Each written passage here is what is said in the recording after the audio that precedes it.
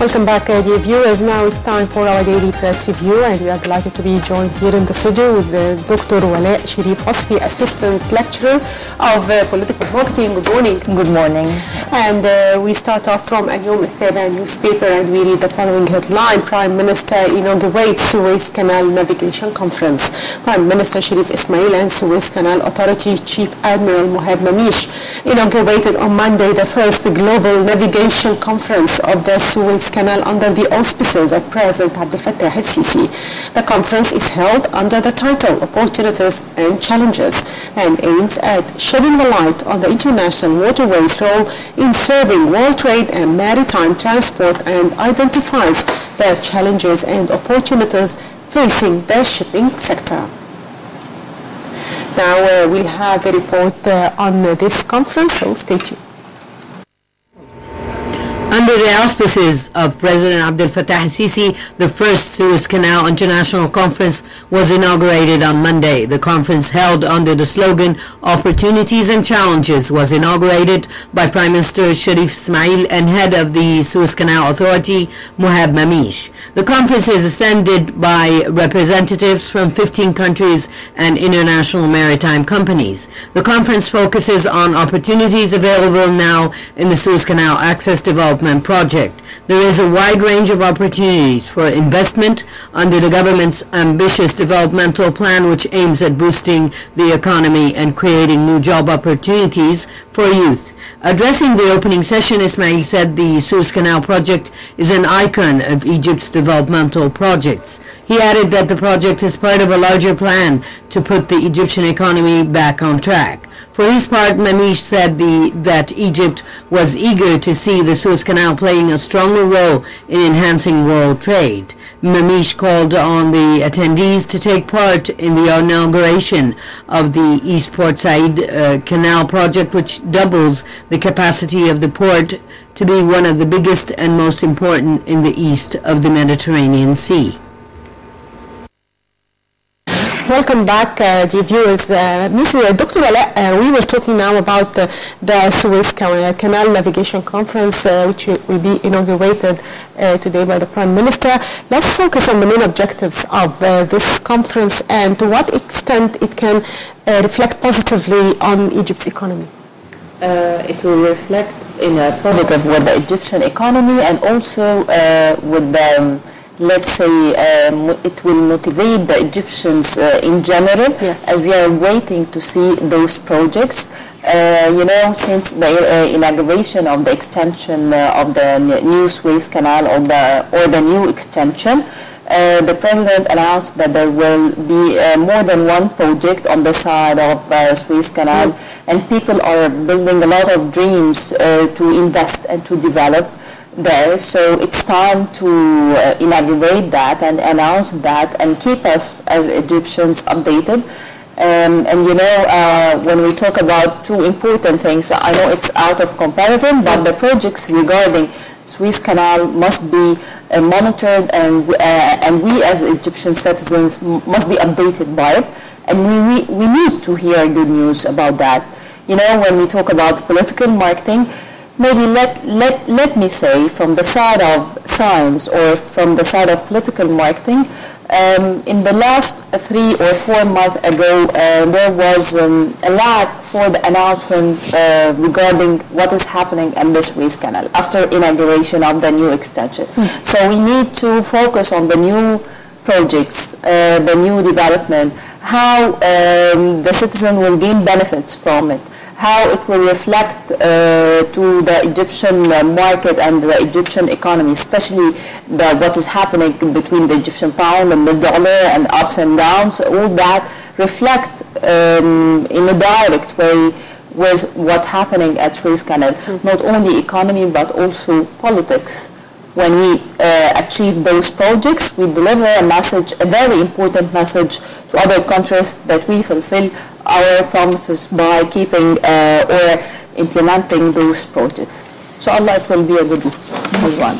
And moving to now Egypt news, where we read the following headline: House of Representatives discuss regulations report. The House of Representatives continued on Monday to discuss a report prepared by the special committee which was formed to prepare the parliament regulations. Earlier, Speaker of the House of Representatives, Dr. Walaa El Sherif, met with the Sudanese parliamentarian and former foreign minister Mustafa Othman. During the meeting, they discussed bilateral parliamentary relations between the two countries. Othman congratulated Mr. Abdel on completing the roadmap that was drawn after the 30th of June revolution. Last week, Dr. Walaa El Sherif participated in Parliamentary Assembly of the Mediterranean 10th session in the Albanian capital, Tirana.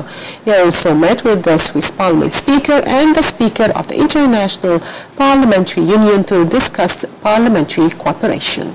So, how do you evaluate Parliament, Dr. Walaa El Sherif tour in Albania and Switzerland and his efforts to boost bilateral parliamentary cooperation with other countries? It's very important and unique step that to be taken.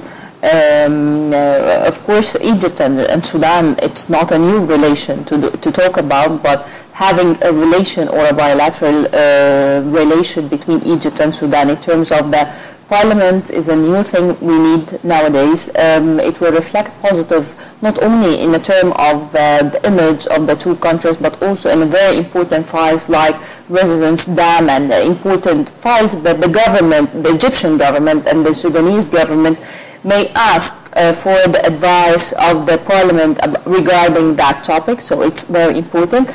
But let me talk about, please, about the Egyptian Parliament and our members. Especially, we have to note or give a feedback about what happened yesterday between the members. I said that before elections, and I said it during elections, and it is happening now after elections.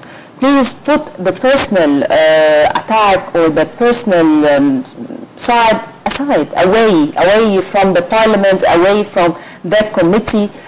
Deal in a good way. I don't like to call them by names, but I think that people know who we are talking about.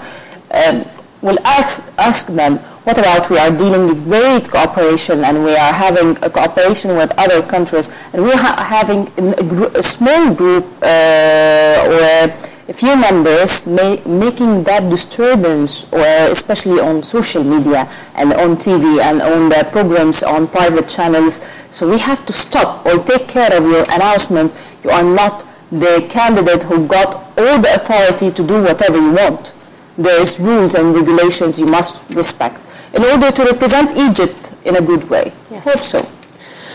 And moving to Al-Wafd, the newspaper, and we read Foreign Ministry condemns Damascus bombings. The Foreign Ministry condemned on Monday the bombings in the Syrian cities of Damascus and Homs, which left more than 180 people dead and dozens wounded, mostly civilians. Foreign Ministry spokesman Councillor Ahmed Abu Zaid condemned the bombings and expressed his condolences for the families of the victims. He stressed that Egypt condemns all forms of terrorism and called on the international community to unite efforts in order to eradicate those hateful roots of terrorism and extremism ideology.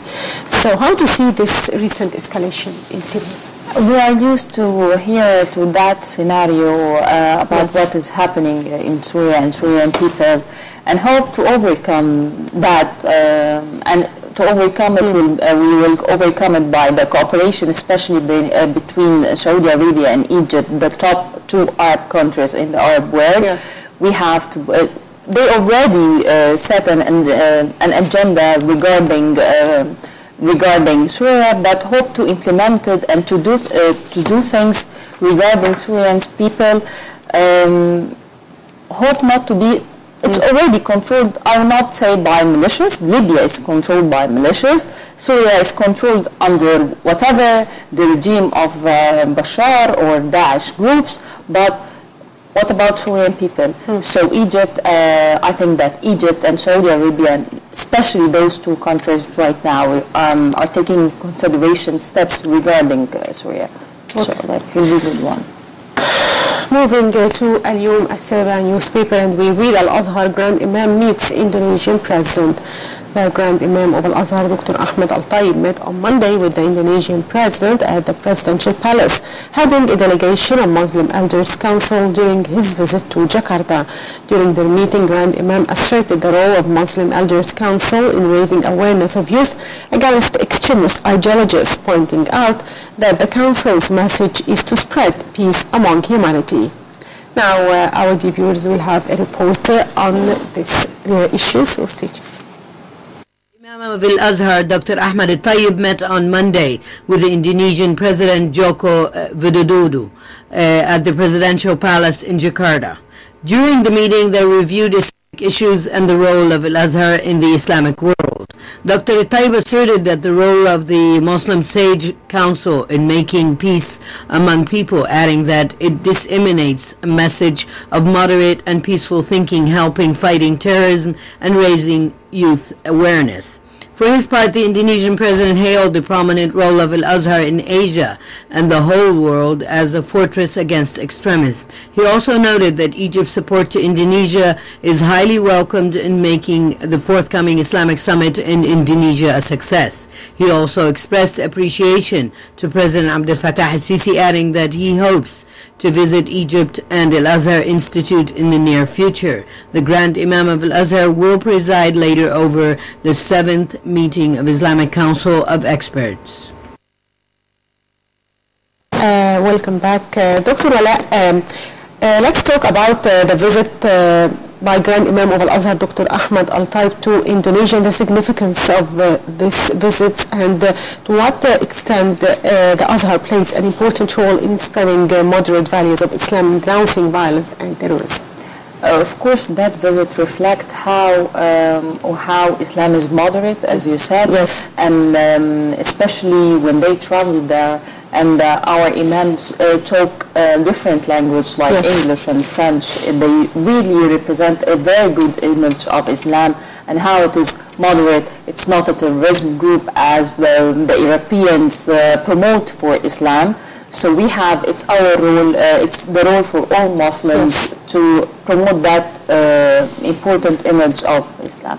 Good step, and hope to be on. Okay. And still with Al-Yawm Al newspaper, and we read the following headline: Minister of Industry meets Jordanian, Algerian and Sudanese counterparts.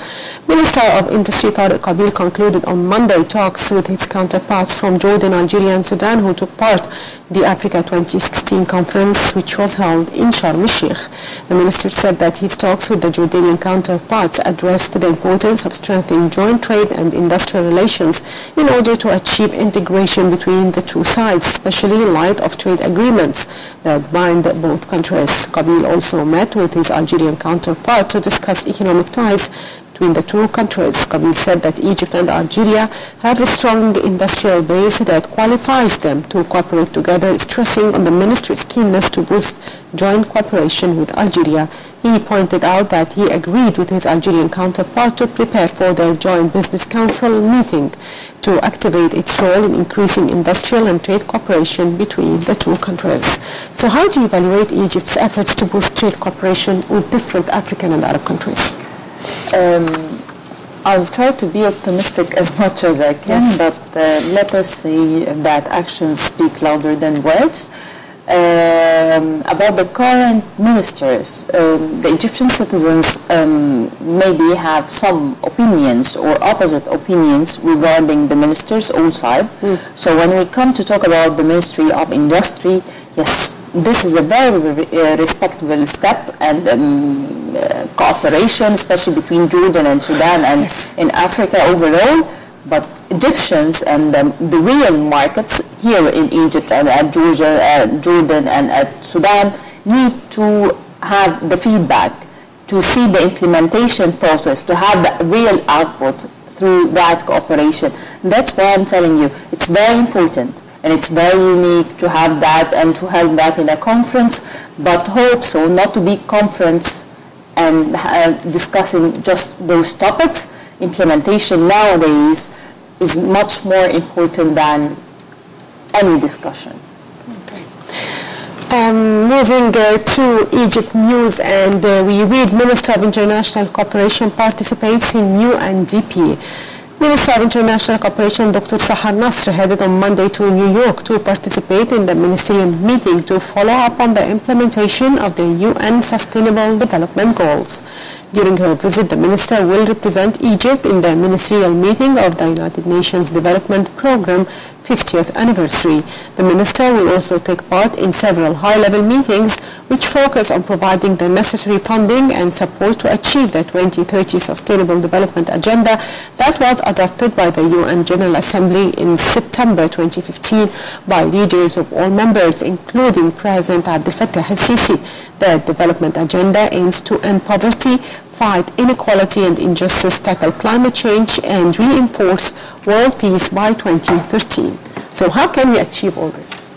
You know, the role of the UNB here in Egypt is not new. It's since long years ago, and it is really highlighted, and it is really noticed by different ministers, not only the foreign minister, but also with the Ministry of Communication too.